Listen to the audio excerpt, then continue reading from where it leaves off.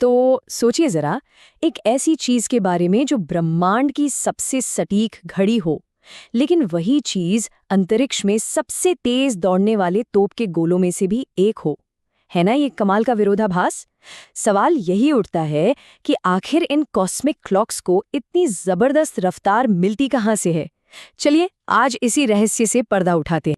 ये देखिए, एक तोप के गोले की तरह ये अंतरिक्ष में भागा जा रहा है। ये है एक पल्सर और इसकी रफ्तार इतनी तेज कि बस 1 सेकंड में दिल्ली से मुंबई पहुंच जाए। तो सवाल फिर वही है, आखिर इस इतनी शांत और सटीक घड़ी को ये जो जबरदस्त स्पीड है जिसे वैज्ञानिक कहते हैं पल्सर किक, वो मिली कैसे? अच्छा, तो इस किक का रहस्य समझना है तो हमें चलना होगा पल्सर के जन्म की कहानी में। इसकी शुरुआत होती है एक बहुत बड़े तारे की एक शानदार लेकिन उतनी ही विनाशकारी मौत से, जिसे हम जानते हैं सुपरनोवा। मतलब जब कोई ऐसा तारा जो हमारे सूरज से कई कई गुना बड़ा हो, उसका फ्यूल मतलब ईंधन खत्म हो जाता है।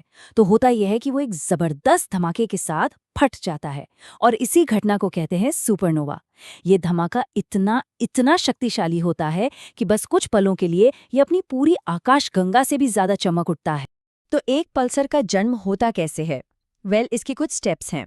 सबसे पहले एक बहुत बड़े तारे का फ्यूल खत्म हो जाता है। फिर ग्रेविटी यानी गुरुत्वाकर्षण उसके कोर को बुरी तरह से कुचल देती है। इसके बाद जो बाहरी परतें हैं वो एक जबरदस्त सुपरनोवा धमाके में उड़ जाती हैं। और आखिर में इस सारी तबाही के बाद जो चीज बचती है वो होता है एक छोटा सा लेकिन अनबिलीवेबली डेंस न्यूट्रॉन स्टार।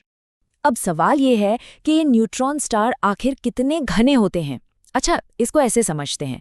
कल्पना कीजिए कि हमारे पूरे सूरज को लिया और उसे मुंबई जैसे एक शहर के साइज में निचोड़ दिया। इतना घना। इसके मैटर का सिर्फ एक चम्मच पता है कितना भारी होगा? माउंट एवरेस्ट जितना। ये डेंसिटी वाकई कल्पना से भी परे है। और एक और दिलचस्प बात, जब ये तारा इतना सिकुड़ता है ना, तो ये बहुत बहुत तेजी से घूमने लगता है, बिल्कुल एक आइस स्केटर की तरह जो अपनी बाहें अंदर खींचकर अपने घूमने की स्पीड बढ़ा लेता है। कुछ पल्सर तो इतने तेज होते हैं कि 1 सेकंड में सैकड़ों बार घूम जाते हैं। तो ठीक है, अब हमारे पास एक बहुत ही घना तेजी से घूमने वाला तारा है, लेकिन यही चीज इसे एक लाइट हाउस या ब्रह्मांड की सबसे सटीक घड़ी कैसे बना देती है?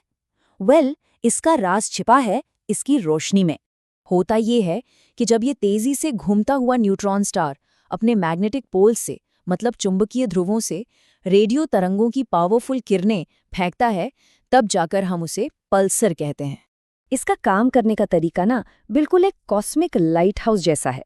जैसे जैसे पल्सर घूमता है उसकी वो रेडिएशन की किरणें अंतरिक्ष में चारों तरफ फैलती हैं, और जब भी वो किरण घूमते घूमते पृथ्वी की तरफ से गुजरती हैं तो हमारे रेडियो टेलीस्कोप उसे एक पल्स के तौर पर पकड़ लेते हैं, बिल्कुल एक घड़ी की तरह। टिक टिक टिक। जब जोसलिन बेल बर्नेल ने 1967 में पहली बार ये सिग्नल देखे थे तो वो इतने रेगुलर थे, इतने परफेक्ट थे कि उन्हें यकीन ही नहीं हुआ। टीम ने तो मजाक मजाक में इसका नाम भी रख दिया था LGM-1, मतलब लिटिल ग्रीन मैन 1। उन्हें सच में लगा कि शायद ये किसी एलियन सभ्यता का सिग्नल है, क्योंकि कुदरत में इतनी जबरदस्त सटीकता मिलना ऑलमोस्ट नामुमकिन लग रहा था। और असलियत तो यही है कि ये पल्सर ब्रह्मांड की सबसे स्टेबल घड़ियों में से एक है। इनकी इसी प्रिसिजन का इस्तेमाल हम आइंस्टाइन की जनरल रिलेटिविटी को टेस्ट करने और ग्रेविटेशनल वेव्स जैसी रहस्यमयी चीज़ों को खोजने के लिए करते हैं। एक तरह से ये ब्रह्मांड के टाइम कीपर हैं। और बस यहीं पर हमारा वो पुराना रहस्य वापस आ जाता है। सोचिए, एक तरफ तो ये ब्रह्मांड की सबसे सटीक घड़ी है और दूसरी तरफ ये 1000 किलोमीटर प्रति सेकंड की रफ्तार से भागे जा रही है। ये कैसे हो सकता है? भला एक शांत घड़ी और एक तेज रफ्तार तोप का गोला एक ही चीज कैसे हो सकती है?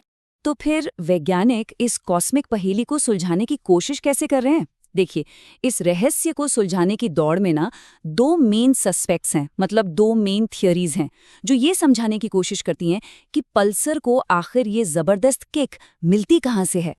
तो जो पहली थ्योरी है वो है आसमान विस्फोट। इसका मतलब सीधा सा है, सुपरनोवा का धमाका चारों तरफ बराबर नहीं हुआ, बल्कि एक तरफ ज्यादा जोरदार था जिसने न्यूट्रॉन स्टार को एक तरफ जोर से ढकेल दिया।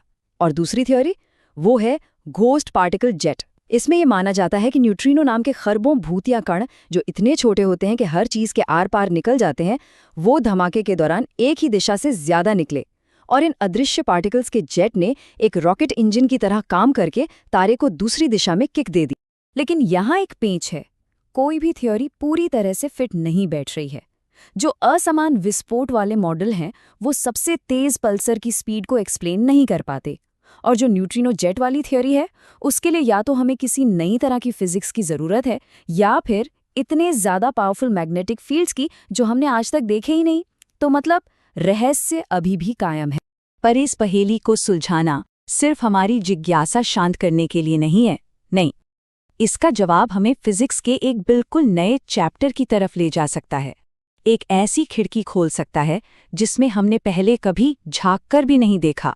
देखिए, पल्सर किक्स के इस रहस्य को समझना हमें सीधे सीधे सुपरनोवा धमाके के बिल्कुल सेंटर में झांकने का मौका देता है। एक ऐसी घटना जिसे हम डायरेक्टली तो कभी देख ही नहीं सकते। ये उस एक्सट्रीम फिजिक्स को समझने का एक बहुत ही अनोखा तरीका है, और इसके जो नतीजे होंगे ना, वो बहुत दूर तक जाएंगे। अगर हम इस किक को समझ गए तो हम मैटर के सबसे घनी अवस्था के बारे में जान पाएंगे, रहस्यमयी न्यूट्रिनो के बर्ताव को समझ पाएंगे, और क्या पता, शायद डार्क मैटर या किसी ऐसी नई फिजिक्स के सबूत भी मिल जाएं जो हमारे आज के ज्ञान से बिल्कुल परे। तो अब जब भी रात में आसमान की तरफ नजर जाए तो उन शांत टिक टिक करती घड़ियों के बारे में सोचना बनता है, जो असल में ब्रह्मांड के सबसे तेज दौड़ते तोप के गोले हैं, क्योंकि उनकी उस रफ्तार में सिर्फ उनके जन्म का हिंसक रहस्य ही नहीं छिपा है, बल्कि शायद ब्रह्मांड के कुछ सबसे गहरे सवालों के जवाब भी छुपे हुए हैं।